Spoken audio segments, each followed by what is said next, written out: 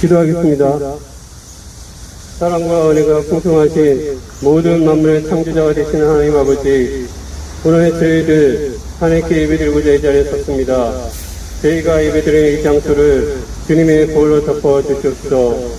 오늘 저희들 찬양 예배 가운데 홍해를 가르신 하나님의 동풍처럼 성령의 바람을 일으키사 이곳으로 가는 이들에게 생명의 능력이 흐르게 하소서.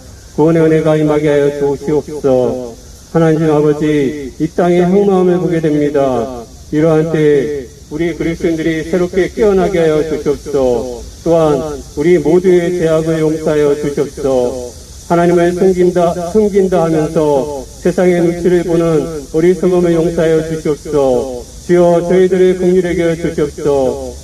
역사를 주관하시는 분은 하나님이십니다. 그런데 우리는 하나님을 바라보기보다 세상의 것들을 바라보기를 좋아하고 있습니다. 하나님 아버지, 지금 한국교회 모든 성도들이 하나님보다 세상에 굴복하는 우상 숭배의 죄악을 용서하여 주시옵소서. 우리 그리스도인들을 성령의 불로 태워서 새롭게 하여 주시옵소서. 하나님 아버지, 오늘도 한 영혼이 하나님께 돌아오는 놀라운 은혜의 시간이 되게 하여 주시옵소서. 우리는 항상 주님의 통로로 쓰임받기 원하오니 역사하여 주시옵소서. 오늘 저희 찬양을 통하여 오직 하나님 홀로 영광 받아 주시옵고 성령님의 놀라운 역사가 이 시간 일어나게 하여 주시옵소서. 주님, 이 시간 하늘의 문을 활짝 여시고 이곳을 주목하여 주시옵소서. 하나님 아버지, 지금도 전국적으로 확산되고 있는 코로나 바이러스가 속히 소멸되게 하여 주시옵소서. 또한 코로나 백신 접종이 순조롭게 진행되어 더 이상 사망자가 생기지 않게 하시고 이 나라의 모든 국민의 일상생활이 속히 회복되게 하여 주시옵소서. 하나님 아버지, 무엇보다 대한민국을 혼란에 빠뜨리는 사단의 모든 계계가 무너지게 하여 주시옵소서. 우리나라 대한민국을 새롭게 기경하여 주시고 주님 오시는 날이 멀지 않은 이때 새 곳곳에 선교사를 보내어 세상을 변화시키는 귀한 나라 민족 되게 하여 주시옵소서.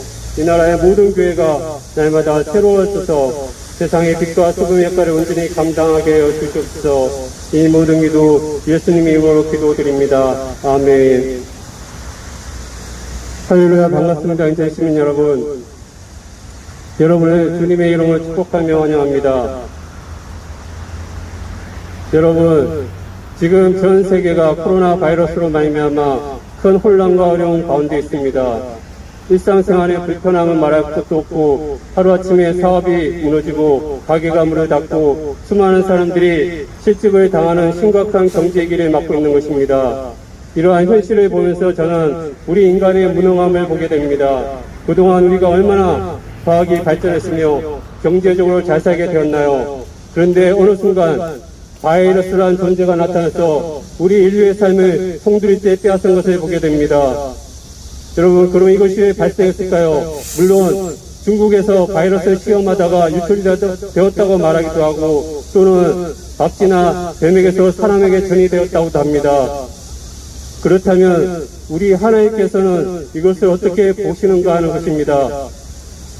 그것은 바로 물질 만능의 시대에 젖어있는 우리들에게 경각심을 주시기 위한 것이라는 것입니다. 이 세상에 물질과 문명이 우리의 모든 문제를 해결해 줄 수 있다고 우리들을 현혹하고 있는 것입니다. 여러분, 그러나 그 가운데는 생명이 없습니다. 영혼을 볼 수 있는 생명이 없는 것입니다. 여러분, 우리 인생에는 중요한 문제들이 많이 있습니다. 먹고 사는 문제도 중요하고 자기의 꿈을 이루고 성공하는 것도 중요합니다. 그러나 그러한 것들이 인생에서 가장 중요한 것은 아닌 것입니다. 예수님께서 말씀하셨습니다. 사람이 만일 온 천하를 얻고도 제 목숨을 잃으면 무엇이 유익하리요? 사람이 무엇을 주고 제 목숨과 바꾸겠느냐? 인자가 아버지의 영광으로 그 천사들과 함께 오리니 그때 각 사람이 행한 대로 갚으리라고 말씀하고 있습니다. 여러분, 우리 인생에는 반드시 끝이 있습니다. 누구든지 이 땅에서의 삶이 끝나면 하나님의 심판대 앞에 서게 되는 것입니다. 그러므로 이 세상 살 동안에 가장 중요한 것은 예수님을 믿고 구원받는 것입니다.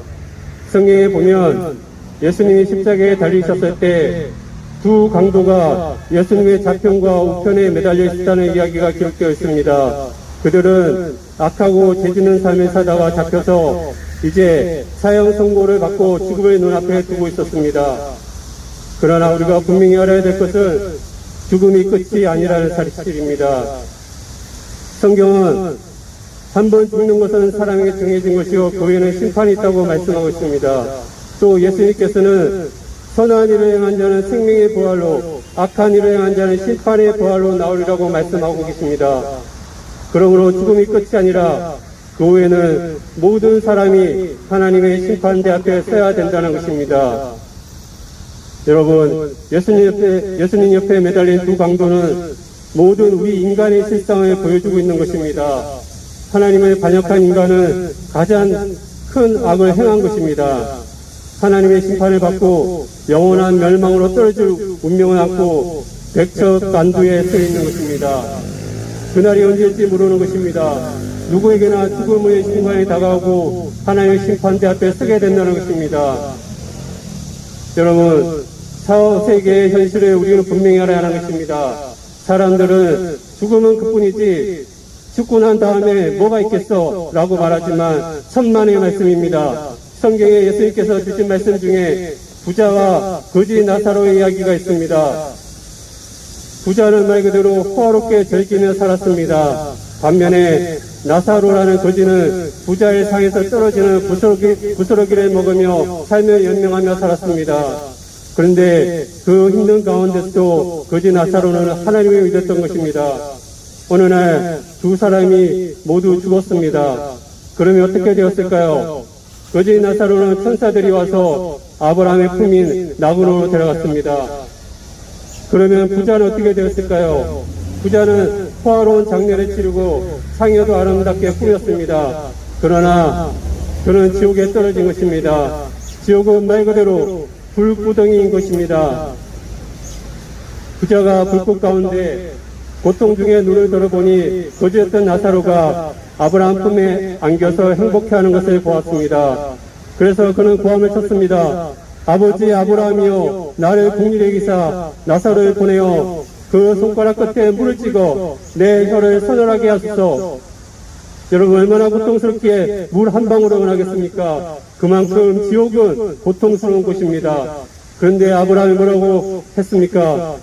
너희와 우리 사이에 큰 구렁텅이가 놓여있어 여기서 너에게 건너가고자 하되 갈 수 없고 거기서 우리에게 건널 수도 없게 하였느라고 성경은 말씀하고 있는 것입니다. 여러분, 그렇습니다. 지옥은 이런 곳입니다. 우리는 절대로 지옥에 가면 안 되는 것입니다. 여러분, 이 세상의 삶이 영원할 것 같지만 그렇지 않다는 것입니다. 여러분, 코로나 바이러스로 인하여 우리 인류가 고통을 겪고 있는 것을 보면서 무엇을 느끼시나요? 우리 인간이 할 수 있는 것은 아무것도 없다는 것입니다. 분명한 것은 우리를 창조하신 하나님께로 회개하며 돌이켜야 한다는 것입니다. 이것이 저와 여러분이 살 수 있는 길인 것입니다. 우리 인류의 모든 문제의 해답은 바로 예수 그리스도 그분밖에 없는 것입니다. 내가 곧 길이요 진리요 생명이니 나로 말미암지 않고는 하나님께로 올 자가 없느니라. 이처럼 성경은 분명히 말씀하고 있는 것입니다. 할렐루야. 인천 시민 여러분 모두 하나님을 믿어 구원의 은혜를 누리게 되시기를 주님의 이름으로 축복하며 기도드립니다. 아멘.